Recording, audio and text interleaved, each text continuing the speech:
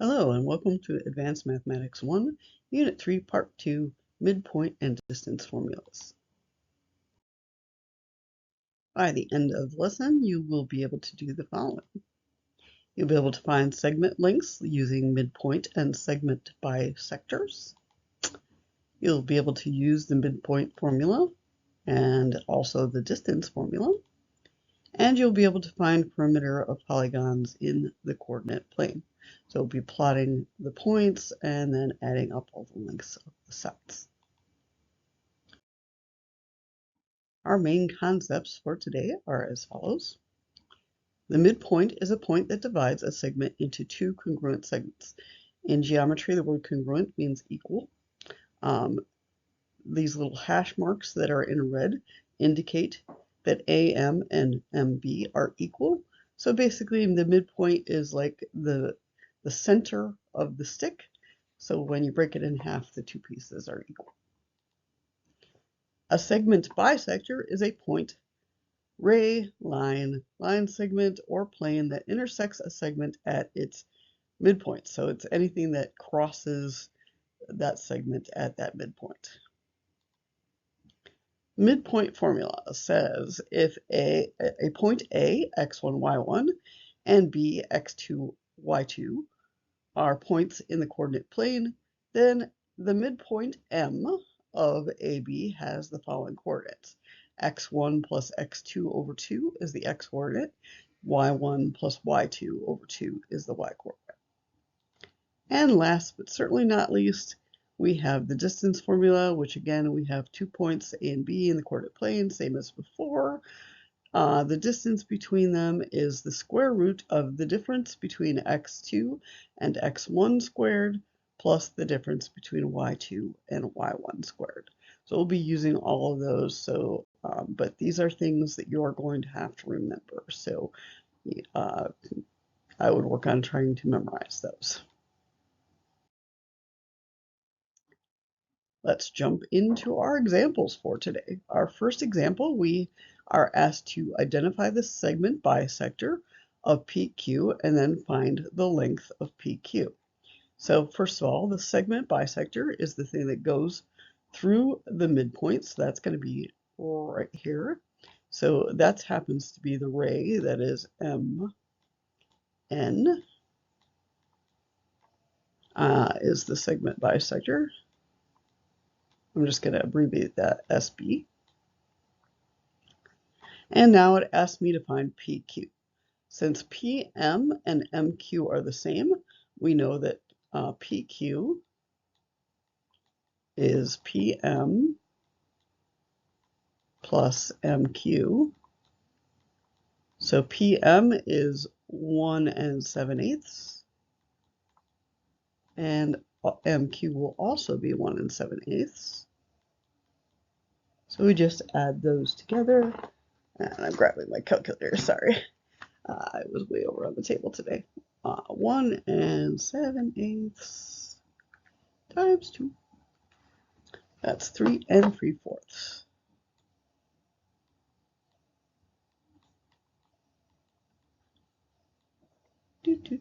There we go. All right. Now, in example 2, it asks us to find the length of VM. No, you can't just say it's 4x minus 1. What we have to do is we actually have to solve for x, and then we're going to put our value of x back into the expression for VM to find out how long it is. So first we're going to solve for x. So we know that the two halves are equal, so we set the two halves equal. So VM, which is 4x minus 1, is the same as MW, which is 3x plus 3. And now we just solve that for x. So I'm going to subtract my 3x.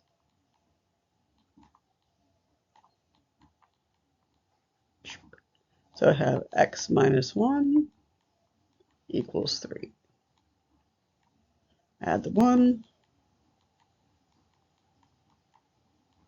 That equals sloppy there. So x is 4. It didn't ask me to solve for x. It asked me to find VM. So I need to plug the x in to VM's expression. So I have 4 times x minus 1. So 16 minus 1 is 15. And that's my final answer.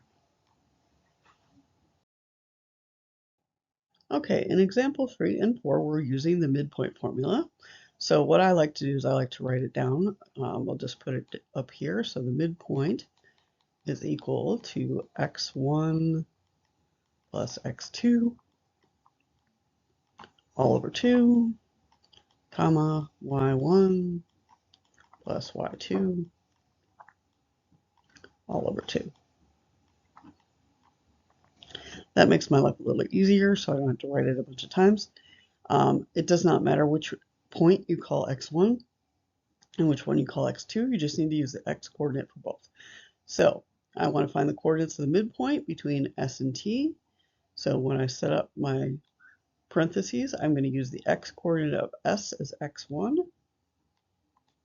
and the x coordinate of t as x2. So I have 6 plus 7 over 2, and then my y coordinates are -3 and -2. So now we just add those up. So 6 and 7 is 13, and that's 13 halves. And then -3 and -2 add together and make -5. And you can leave these improper fractions, and that's perfectly okay. That's your final answer. It's really that easy. It's literally just plugging the numbers into the formula, and that's all. Now, for example 4, however, it's giving us the midpoint and asking us to find another endpoint. So my midpoint is 6, 3. So I'm going to call jx1. It doesn't matter. I'm looking for the other point. And then 9 is my y coordinate of j, sorry.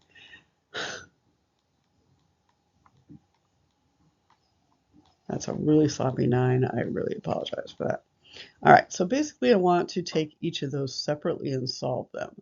So 14 plus x2 all over 2 is going to be my x coordinate, which is 6. So to solve that for x, I would multiply both sides by 2 first, and I get 14 plus x2 equals 6 times 2 is 12. Then I would subtract 14 from both sides, and I get x2 equals -2. Now I have to do that same thing for the y coordinate. So I have 9 plus y2 all over 2 is equal to 3. So again, I'm going to start by multiplying both sides by 2. So I have 9 plus y2 is equal to 3 times 2 is 6. And I'm going to subtract the 9 from both sides. And I get y2 equals 6 minus 9 is -3.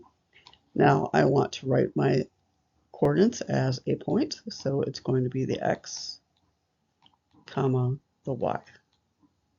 So that is my other endpoint right there. All right, now in example 5, we're asked to find the distance between 2 points. So I'm going to write that distance formula down. So the distance is equal to the square root of x2 minus x1 quantity squared plus y2 minus y1 quantity squared. So I'm just going to plug in my formula. So I'm going to call, let's call this one 2 and this one 1. It does not matter. As long as you are consistent, you need to make sure you stay with whatever you choose. So x2 is going to be -3. x1 is going to be -6. Be careful with your negatives. And then for my y2, it's back over here at 1. and then, whoops, minus, not comma, y1 is 5, 180 squared. So here we have negative 3 minus negative 6 is positive 3. And over here we have 1 minus 5 is negative 4. So that's all inside the square root. And then we go ahead and figure that out. So 3 squared is 9. Negative 4 squared is 16. 9 plus 16 is 25. That happens to be a perfect square. Square root of 25 is 5. So the distance between those 2 points is 5. All right, our last problem is finding the perimeter of a polygon. So we're going to start by plotting the 3 points. So we find D, negative 3, 2. That's right here.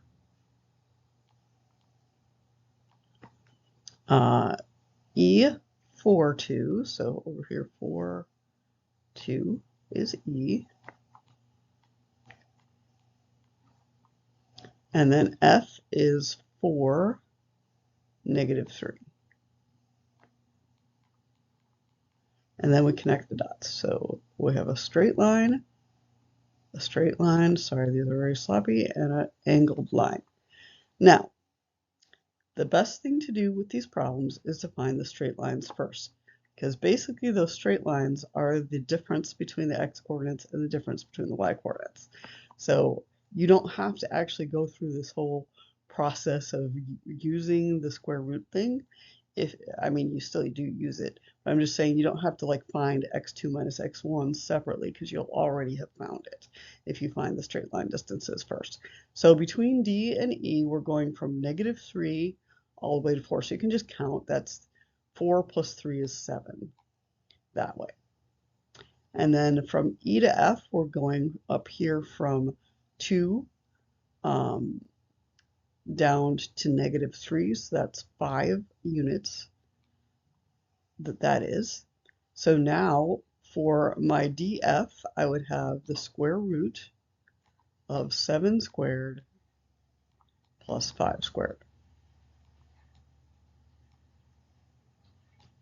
So 7 squared is 49. 5 squared is 25.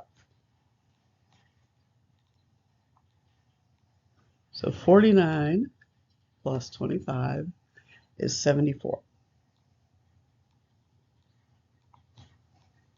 So for these, since we're asked to find the perimeter, we're going to go ahead and find the square root of 74. It's not a perfect square, but we'll round it to 1 decimal place. So it's about 8.6. So our sides are a 7-inch side, or 7-unit side, a 5-unit side, and the square root of 74, which is 8.6 units. So we're just going to add those up. 8.6 plus 7 plus 5 is 20.6. And we would write the word units because we're finding a perimeter. If you forget to write units, I'm not going to care really, personally, but some teachers get very funky about that, so just know that you're supposed to do it. And that's it. That's all for today, and I will see you next time. Goodbye.